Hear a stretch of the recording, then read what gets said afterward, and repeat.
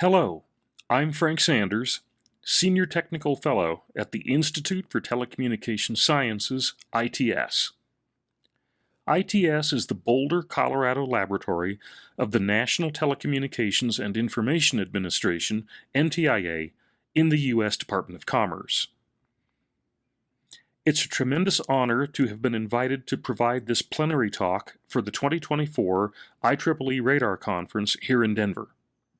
In particular, I'd like to thank the conference's General Chair, Professor Justin Metcalf of the University of Oklahoma, for inviting me, and Professor Shannon Blunt of the University of Kansas, with whom I've previously collaborated and who has likewise facilitated my talk. This talk is trifurcated. First, we'll look at radar's origins and the mystery that, for non-specialists, then enshrouded, and for better or worse, still enshrouds, these systems. Second, I'll cover some interesting and informative highlights of NTIA's work in radar spectrum engineering, starting a half-century ago, just before I joined the laboratory, and wending up to the present day. And then we'll complete the trifurcation by thinking about spectrum coexistence between radars and non-radar systems in today's world. The bad news is the coexistence challenges we face are neither trivial nor easy. The good news is we have a tremendous amount of accumulated knowledge about what does and does not work well in spectrum coexistence. So, we'll conclude by discussing what we know about coexistence now and down the road. How radar saved the world in 1,000 words. If some aspiring novelist had made up the historical circumstances surrounding the development of radio detection and ranging and drafted it into their book, their editor would have probably rejected the storyline as too over the top. I'll only cover the bare bones here, as most of this audience is probably already familiar with at least the outline.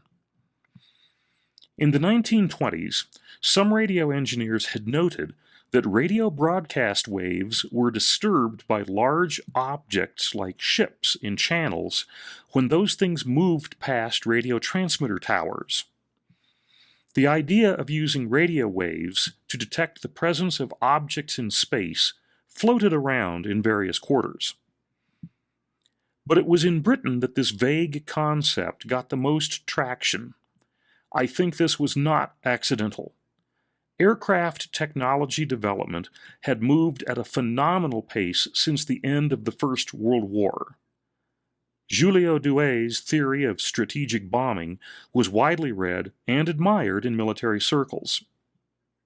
U.S. Army General Billy Mitchell demonstrated the vulnerability of battleships to being sunk in air attacks. Europe's social and political conditions were brittle. The United States of America had turned its back on overseas involvements with foreign powers, and it was brittle too. The salient bottom line, though, was that aircraft technological developments had rendered Britain no longer an island. As fascists took power in Italy and, after 1933, in Germany, and fascism as the wave of the future became a generally popular idea in Europe and America, British planners realized they needed some way to detect and track aircraft at long distances so that they could be intercepted in the event of a looming war. Acoustic devices using microphones and gigantic concrete reflectors were tested, as were large pairs of acoustic horns that fed into people's ears while they sat in rotating chairs. Not satisfactory. The radio-based radar concept was the only technically viable possibility. The problem was to develop transmitters with high enough power, receivers with high enough sensitivity, direction-finding technology for the received waves, and, not radio, but still essential, a command and control system for managing aircraft and pilot resources and running airborne intercepts using data collected from radar stations. Radar development began when a British government committee approached scientist-engineer Robert Watson Watt to ask him about building a defensive death ray. A colleague, Arnold Wilkins, ran the numbers.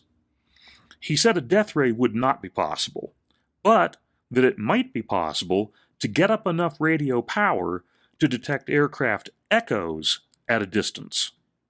Between the physics of the 1920s, the pressing need of the 1930s, and the arithmetical determinations of what was possible, Watson Watt's team demonstrated at-a-distance detection of aircraft with a BBC high-frequency, high-power broadcasting tower at Biggin Hill at the cusp of late 1934 to early 1935. They moved fast, setting up a research and development center at Bawdsey Manor and building a prototype chain-home type radar with its direction-finding goniometer in 1936. The key person who worked behind the scenes to get the funding, it's always about the funding in the end, isn't it? And pushed the development forward was Henry Tizard of Oxford and Imperial College. Chairing the British government's Committee for the Scientific Study of Britain's Air Defences from 1934 onward, he orchestrated 2 months of Royal Air Force, RAF, attempts at aircraft interceptions from radar detection data in 1936, known as the Biggin Hill Experiment. Success led to the chain home radar station design and its build-out. From 1937 onward, as chain home stations were built out in a crash effort along the English coastline, RAF pilots practiced radar-guided interceptions with ground controllers using commercial airliners above the English Channel as their targets. At the same time, many promising university students were identified and brought into radar technology development. I cannot stress enough how important it was that this talent pool was located and recruited into radar R&D. And then, in September 1939, Germany invaded Poland. The Poles heroically resisted. Footnote: Poland was the only occupied country in the Second World War that never had a native-based collaborationist government. The Second World War was underway. In June 1940, Paris fell. In an improvised on-the-spot operation, the British European Expeditionary Force was rescued by the skin of its teeth at Dunkirk. In America, some celebrities like Charles Lindbergh told the public that Germany could not be stopped, that fascism was the wave of the future, and that the best thing would be to give up and sue for peace at any price. Mass rallies supporting American isolationism, and in some cases fascist Germany, were held in places like Madison Square Garden right up to Pearl Harbor. And so, for a year and a half, from June 1940, when Paris fell, until December 1941, when America entered the war, Britain fought on alone. The defense of the free world hung in the balance of preventing a German landing in Britain, which in turn hung on not allowing Germany to gain air superiority over the island. The outnumbered RAF only had enough aircraft, pilots, and gasoline to intercept German planes by holding on the ground, waiting until the last possible moment before takeoff, and then being vectored straight to their intercept points at the proper altitudes. That all depended on radar data, fed into an integrated air intercept system of trackers, telephone links to airfields, and ground-to-air radio communications. Radar, integrated with a sophisticated air-intercept system, had been developed just in time to save Britain in the Battle of Britain, 1939-41, and therefore the world. Upon such seemingly trivial and unlikely personalities and circumstances do the great affairs of humanity sometimes turn. Basic R&D and the people who do it has always been a good investment. People's lives can end up depending on it. Through the rest of the Second World War, radar technologies played key roles in Allied victories in every theater. The successful defense of the Battle of Britain in 1940-41 was only the first breakthrough. While the chain-home radar transmitters were based on BBC high-frequency broadcasting station transmitters down at a few megahertz frequency, British scientists, remember now Tizard's intensive recruitment of university talent, developed the magnetron tube, a super high-power oscillator, not amplifier, that took line frequency power as an input, converted it to microwave frequencies, 1 gigahertz to 18 gigahertz, and fired it out of waveguides into antennas and then into space. Whole areas of technology, including sensitive, low-noise receivers, waveguides, and phased array antennas, were developed at a lightning pace.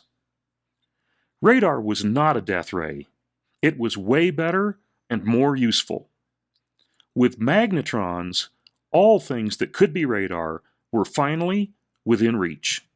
A magnetron that fits in the palm of your hand can pump out 1,000,000 watts of peak power. Fired onward through a 30 decibel gain antenna, billion-watt radiated power, compact radars could be mounted on aircraft, ships, submarines used for surface navigation and surface attacks at night, and ground vehicles and ground stations. Radars could be everywhere. They could be used for anything, if only somebody could somehow build thousands of them. Tizard's technical and scientific mission traveled to the United States in September 1940, in the darkest days of Britain's air defense, to share the magnetron breakthrough, along with other remarkable devices, with the Americans. Franklin Roosevelt's government, cognizant of the fascist threat, moved speedily to convert the one-off British engineering breakthroughs into mass production scale outputs. The arsenal of democracy would use its might for the next 5 years to turn out thousands of radar units that, deployed on aircraft, ships, submarines, and ground stations, would win the war. The magnetron breakthrough was a closely guarded secret at the time. Countries like the US and Germany had tried to achieve the magnetron's functionality, but due to fairly minor but physically critical technical issues, they'd failed. In engineering, details matter. So, radar became secret. Not its existence, but its inner workings. It was also super esoteric, what with how it could find ships and airplanes and whatnot out there in space, beyond the line of sight, in the dark, and in any weather. Or so the popular mythology would have it. When the war ended, the mysteries of radar were divulged to the worldwide technical community in the MIT Radiation Laboratory series of volumes. But in the popular imagination, radar was, and always to some extent, I believe, always will be, a mystery, or even still a secret. To this day, radar technology seems, to me, to be something of an enigma even in the world of communications engineering technology. We'll revisit this mystery aspect later when we look at spectrum coexistence challenges between radars and non-radar radio systems. Forward now to radar spectrum engineering in the late 1970s. Post-war, radar technology really took off on a developmental arc that's not yet stopped. Let's do a fast flip through radar types. These include everything shown on this slide. You might want to pause and take a look at this for a moment. There will be a test at the end. There are about 20 types of radars, generally speaking, and they range from miscellaneous types like police radars to space search radars and everything in between. And now, let's do another fast flip through US and NATO radar spectrum bands. Frequencies range from 5 to 28 MHz for radars in the high-frequency HF band, which is now actually low frequency, to 18 GHz, with even higher frequencies being used for specialized radars such as vehicular anti-collision and vehicle following systems. Note that the letter designations on these bands were developed during the Second World War to confuse the enemy, and now they primarily confuse us. Take a moment to pause and look at this slide if you'd like. Okay, wow. Note the tremendous amount of radio spectrum that includes radar allocations for one type of radar system or another. These radar applications and their spectrum bands have been fairly stable over the years, even as radar technology has advanced immeasurably. But by the 1970s, what was known about how radar signals actually occupied the radio spectrum would fit into a small brochure. Oh, sure, every junior-level physics or electrical engineering student always knew that pulsed radars would create sin x over x squared, sinc squared, emission spectra around their tuned frequencies. Who doesn't? But it turns out that those pulsed radar emissions only hold down to about minus 40 decibels, a tenth of a thousandth of the center-tuned radar power. Below that level, radar emission spectra were terra incognita until the newly formed NTIA in Washington and its Boulder laboratory, ITS, teamed up with the Hewlett-Packard Company in Santa Rosa, California, to build the world's first computer-controlled, wide dynamic range spectrum analyzer, and put it on wheels, no less. HP and Boulder ITS, Department of Commerce Electronics Engineers, designed and built the ARS-400 spectrum analyzer and put it into a Dodge Travco motorhome. The ARS-400, called the NTIA Radio Spectrum Measurement System, RSMS, when it was in the motorhome, and still called that today, a half-century later, in its fifth generation of development and use, occupied 5 full-height racks of 19-inch boxes. It employed yttrium iron garnet YIG tunable radio frequency front-end filters with the best low-noise amplifiers anyone could build in 1978. It mixed the received RF signals down to intermediate frequencies where they were passed through a selectable bank of IF filters for a wide selection of bandwidth windows through which the radio spectrum could be viewed. The signals then passed through video low-pass filtering and made their way into an analog-to-digital converter that was an entire 19-inch box unto itself. Finally, the collected digital data were recorded onto impressively large, state-of-the-art, 1-inch wide, reel-to-reel magnetic tapes. And there was a Versatronic wet process digital printer, too. All mounted in a 1973 Dodge Travco motorhome with a 30-foot-tall erectable antenna mast. The key to the entire system was a technical breakthrough: a digital, programmable control computer. It was so heavy it took a pair of strong men to lift it. It had 64 kilobytes, 32K words, of magnetic core memory. That 64 kilobytes had to store not only the application programs that ran the system and took the data, it also had to store the basic language interpreter that converted the pseudo-English program code into machine language executable code. The 4 memory cards each had 2 memory planes for a total of 8 kilobytes, or 64,000 bits, each. Those 64,000 bits on each memory plane were operated as 64,000 nearly microscopic magnetic donuts, each with 2 orthogonal wires running through them. These astoundingly intricate wire and donut assemblies were built, woven really, by Navajo people, HP told us. The magnetic cores were addressed, read, and written as non-volatile memory by energizing the appropriate pairs of wires running through each one.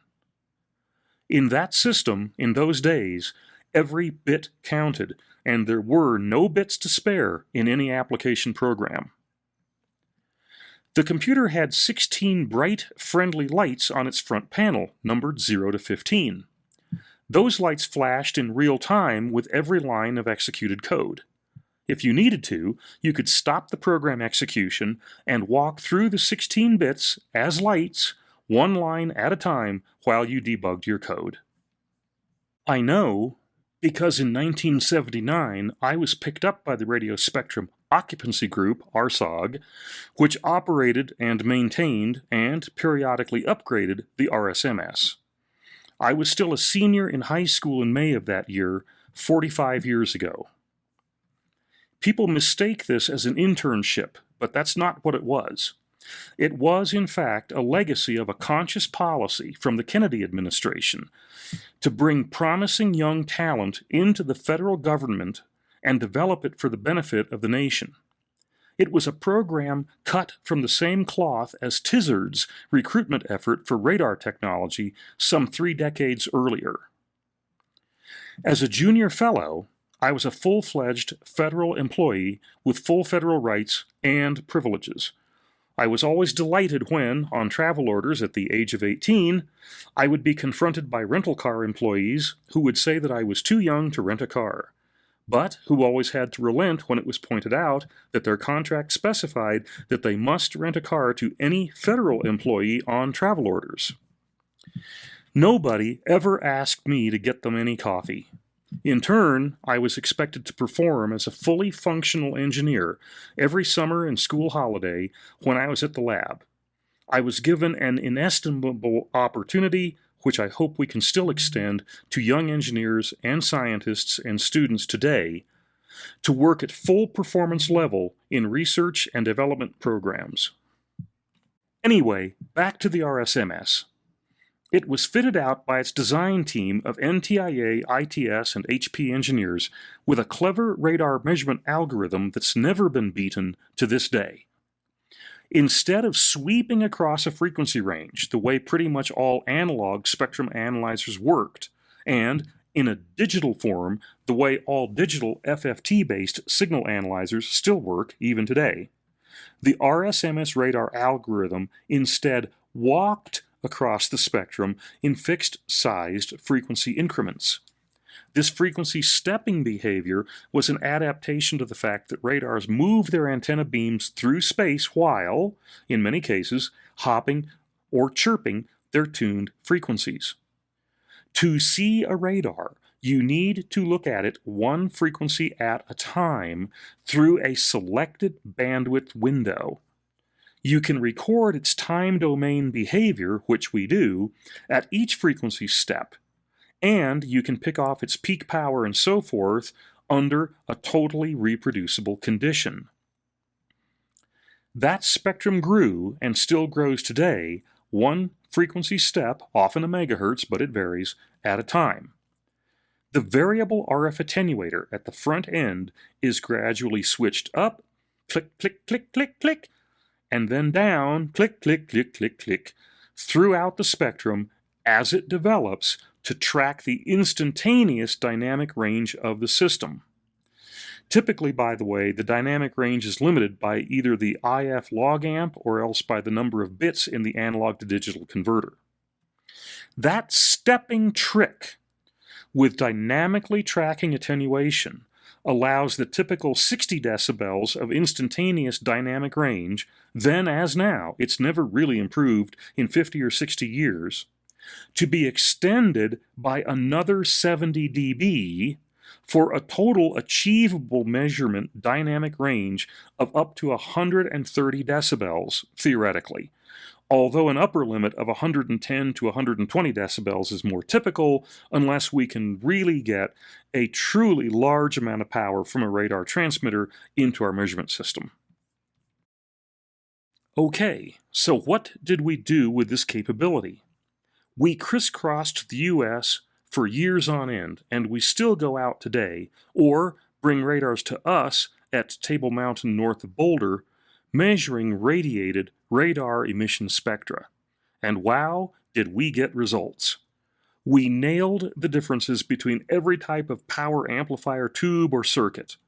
Magnetrons, coaxial magnetrons, klystrons, twistrons, solid-state transmitters. We showed the world how radars really occupy the radio spectrum to well over 100 decibels down from their center frequency power. Why is that important? Because, although technical specifications for radar emission spectra typically only go down 60 dB or 80 dB at the most from the fundamental frequency power, radars can create interference, and coexistence has to be assessed down to these power levels because interference can occur at these lower power levels.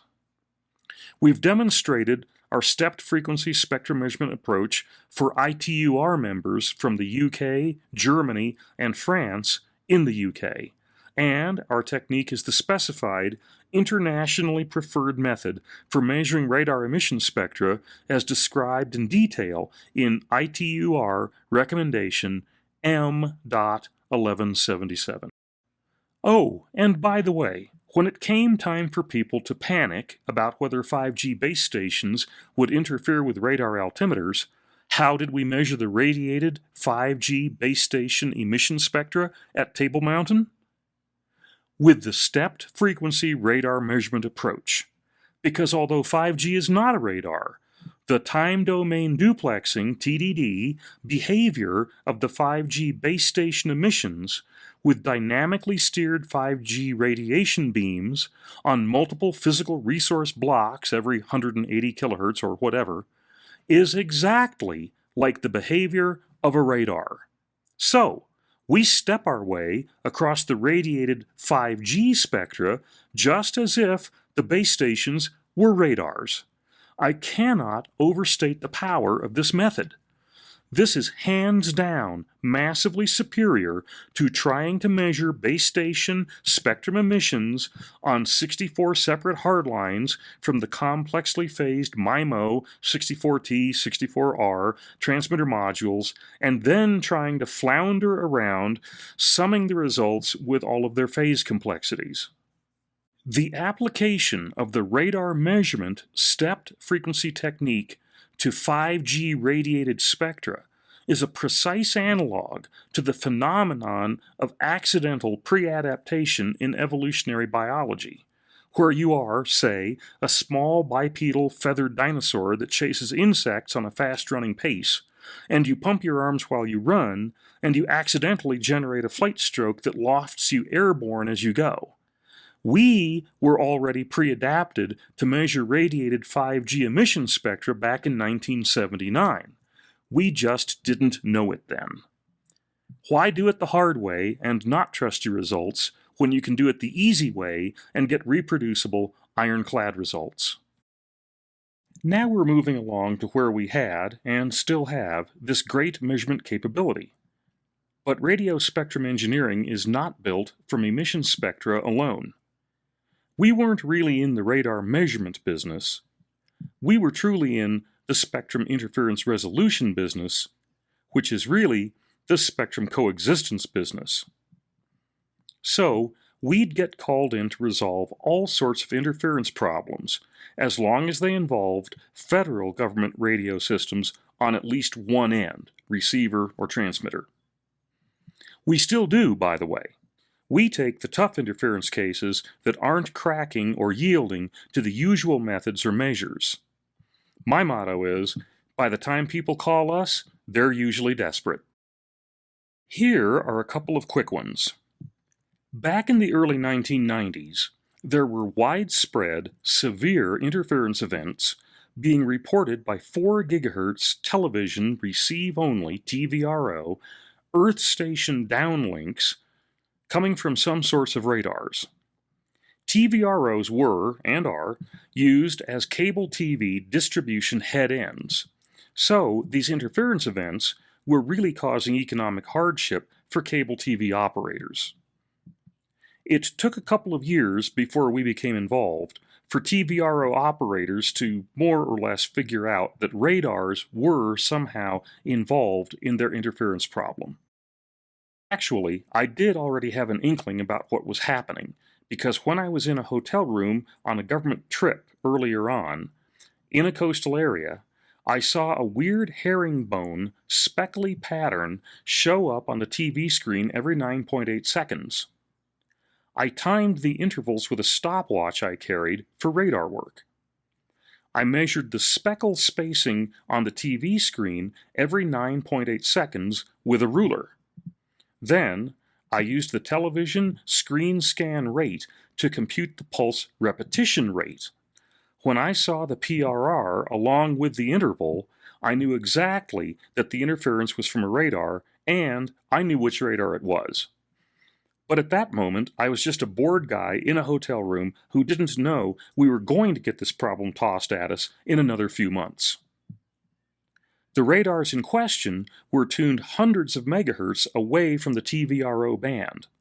It seemed unlikely that the radar's out-of-band emissions in the TVRO bands were an issue. An accusation was lodged that wideband jammers for electronic warfare were being operated along with the radars. We knew that was not true, but we needed to prove it. So we did several things. For one, we went to the home base for the airborne radars and held one on the ground while it radiated, and we measured its spectrum with over 100 decibels of dynamic range.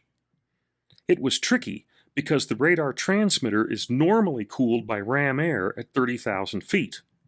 On the ground, it overheated every 20 minutes.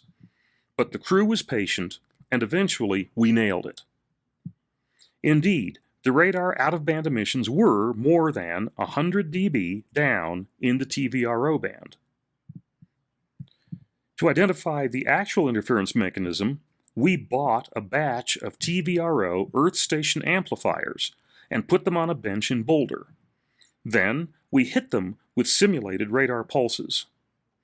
And we overloaded the TVRO low-noise amplifiers, LNAs, even when the radar pulses were, say, 300 megahertz or more outside the TVRO band. People had a hard time believing this. The LNAs were marked 3700 to 4200 megahertz. So, how could they overload hundreds of megahertz away?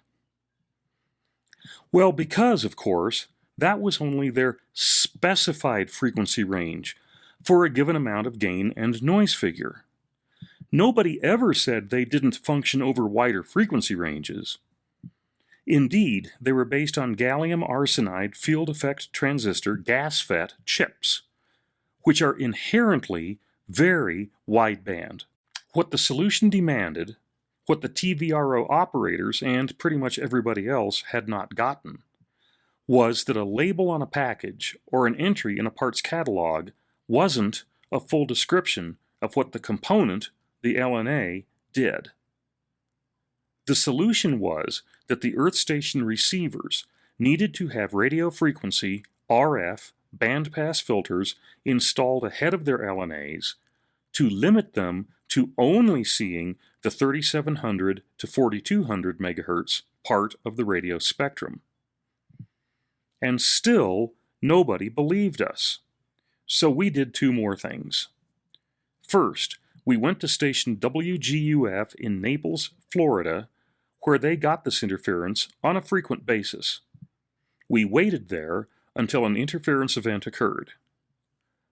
As the interference hit the WGUF station's receiver, I stuck a bandpass filter into their receiver in front of their LNA, and the interference instantly ceased, which was good for WGUF, but was even better for the rest of the federal government because the WGUF people told everybody else in the TVRO community about what that filter did.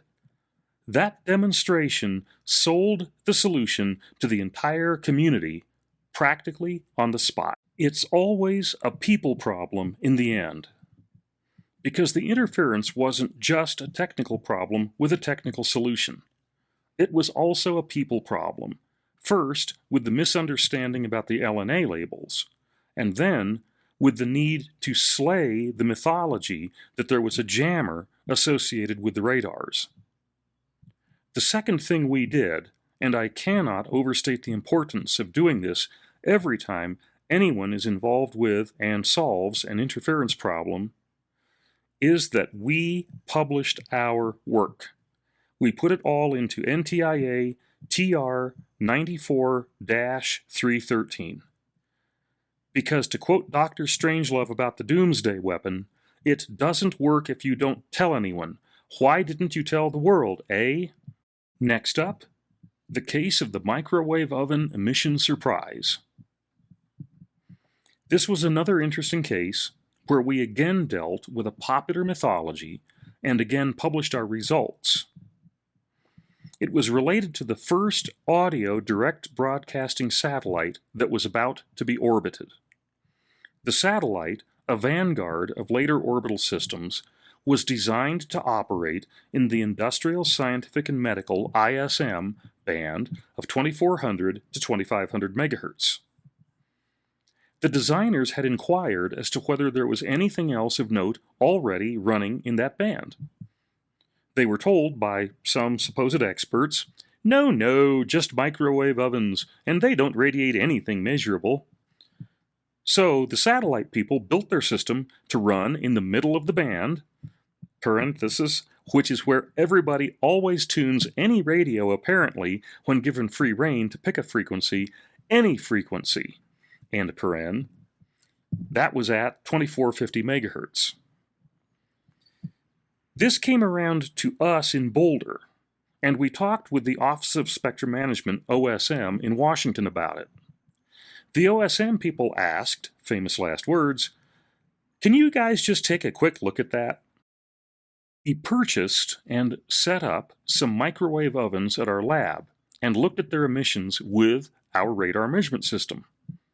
They blew our socks off. They radiated so much power, all across the range of 2300 to 2480 megahertz. Remember that upper frequency number. This was clearly going to be a problem for the audio direct broadcast satellite if it held up. Next, we went up on Flagstaff Mountain west of Boulder and sat in the restaurant parking lot. We used our automated spectrum measurement system for several days, measuring the diurnal cycle of microwave ovens from across the metropolitan area as if we were in an airplane or in a satellite at a low horizon elevation angle. And we saw a colossal amount of aggregate power from all those microwave ovens all across the Boulder area, cycling through breakfast, lunch, dinner time, and eventually late-night TV viewing.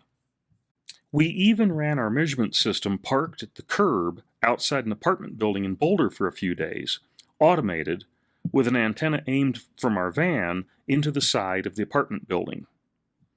One afternoon, while I was attending to the system, I heard a knock on the door of our measurement van. I opened it and saw a young guy. He asked what was going on. I said, "Come on in, I'll show you." I showed him the spectrum analyzer displays with the microwave oven emissions coming from all the ovens inside the building. He said, "Oh, wow, this is such a relief." I said, "Yeah? He said, yeah, because we were all talking about this all over the building, through all the apartments, and we figured you guys were looking for drugs.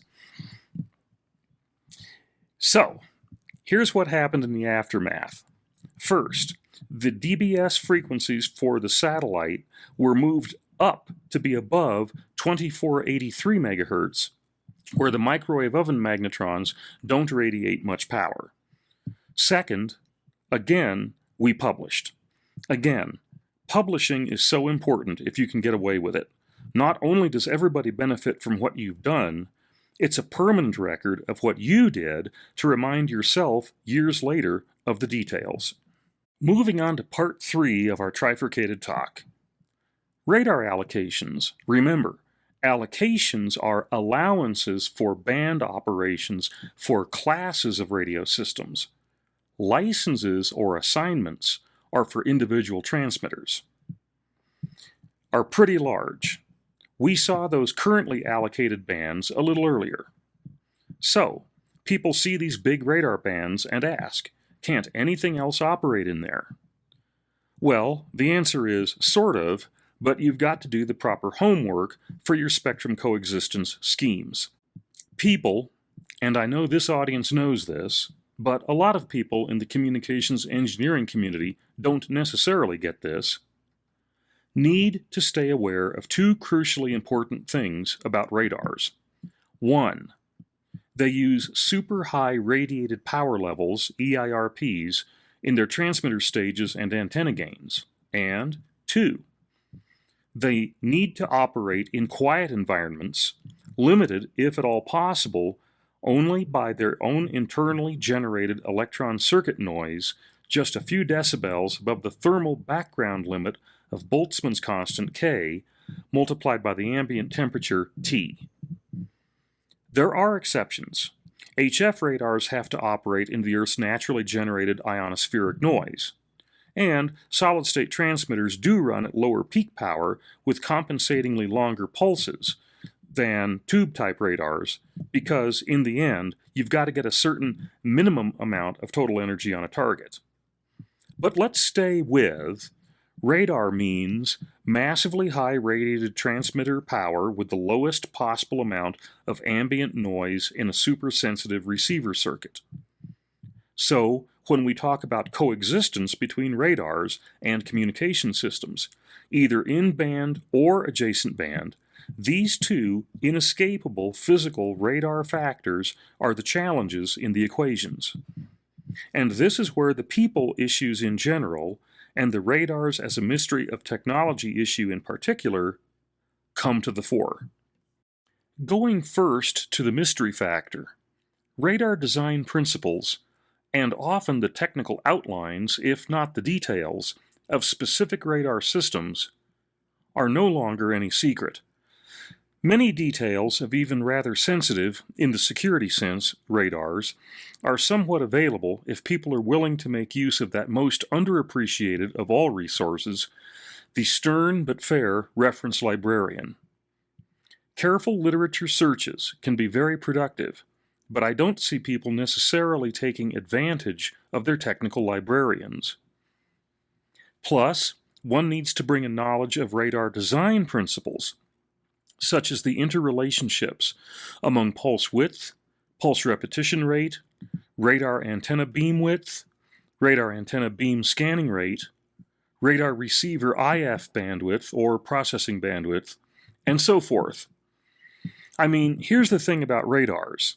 Most of their design elements are demanded by their detection and tracking requirements. The laws of physics pretty much hardwire them for their transmit and receive characteristics. So, they needn't be a mystery. But they nevertheless seem to be. I don't know if it's a callback to the World War II secrecy, or to a lack of communication or knowledge sharing between the radar community and the communication systems communities, or to the fact, I think it's a fact, that radar design and engineering is such a specialized and niche part of engineering and science curricula that only a limited number of specialists end up knowing much about radars in general. But we do know these things. Radar systems are more important and more integral to our world than ever before. They are crucially important in environmental sciences as remote sensors for weather, observations, storm monitoring and warning, remote orbital soil moisture assessments, migration studies, wind profiling, etc. They are crucially important for air traffic and marine traffic control management. They have an untold number of applications in security monitoring and early warning. Even a cursory examination of smartphone applications, such as Flight Radar 24, shows any number of U.S. and NATO airborne radar systems actively and independently of the combatants, monitoring hotspots from Europe to the Middle East to the Far East. Not only do those defense radars allow for such breakthroughs as the interception of virtually all of 300 missiles and drones recently launched in what was supposed to be a devastating attack in the Middle East. Their presence also informs current and potential aggressors that they are being watched from the sky, from ground stations, from orbit, and from the sea. That knowledge of being surveilled can act as a powerful deterrent to such entities. At the same time, the days of radar bans being radar bans are clearly over. Even in the continental U.S., many erstwhile radar-banned allocations are now sharing with communication systems. Examples include dynamic frequency selection at 5 GHz and the Citizens Broadband Radio Service, CBRS, at 3 GHz. 5G communication systems are now operating in swaths of spectrum, as around 3 GHz, across the U.S., in or adjacent to radar bands. The blow-up about adjacent band 5G operations at 3.9 GHz to radar altimeters at 4.2 to 4.4 GHz was only the most publicized example of this sort of coexistence. Overseas, the situation is even more complicated, and from the radar standpoint, arguably worse. The United States, with its NATO allies, uses and depends on radars much more than any other powers on the planet. America, with NATO, integrates its worldwide operations with radar sensors on a vast scale and relatively seamlessly. Other administrations, even if allied, do not necessarily always completely appreciate this situation. Thus, our radars can, and do, find themselves operating overseas in what can only be described as less than optimal circumstances relative to local radio communication systems. We even have situations where transmitters in orbit, for example from radio navigation satellite systems, can cause interference to radars on the ground, causing loss of targets on numerous azimuths simultaneously.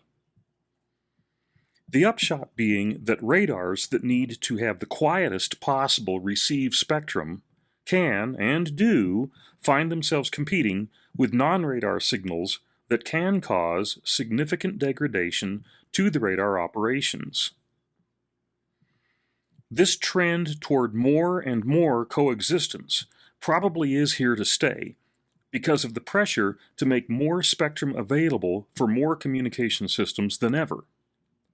The response can be engineered coexistence systems and protocols, as with dynamic frequency selection or the Citizens Broadband Radio Service, or it might include even more dynamic spectrum sharing approaches if the engineering can be proven out.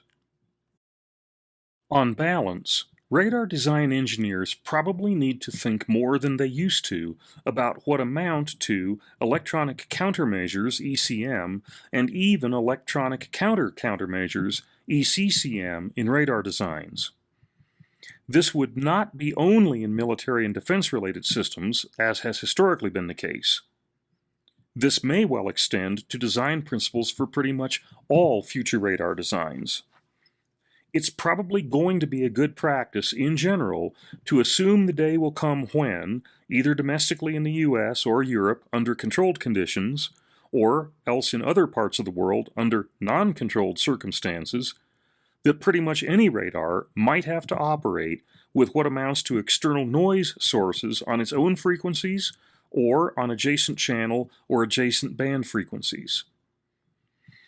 Because we are in this world, radars aren't going away and are going to be more important than ever as climate changes stress societies worldwide, and non-radar systems are going to be operating co-channel 2 or adjacent channel or adjacent band 2 radar systems.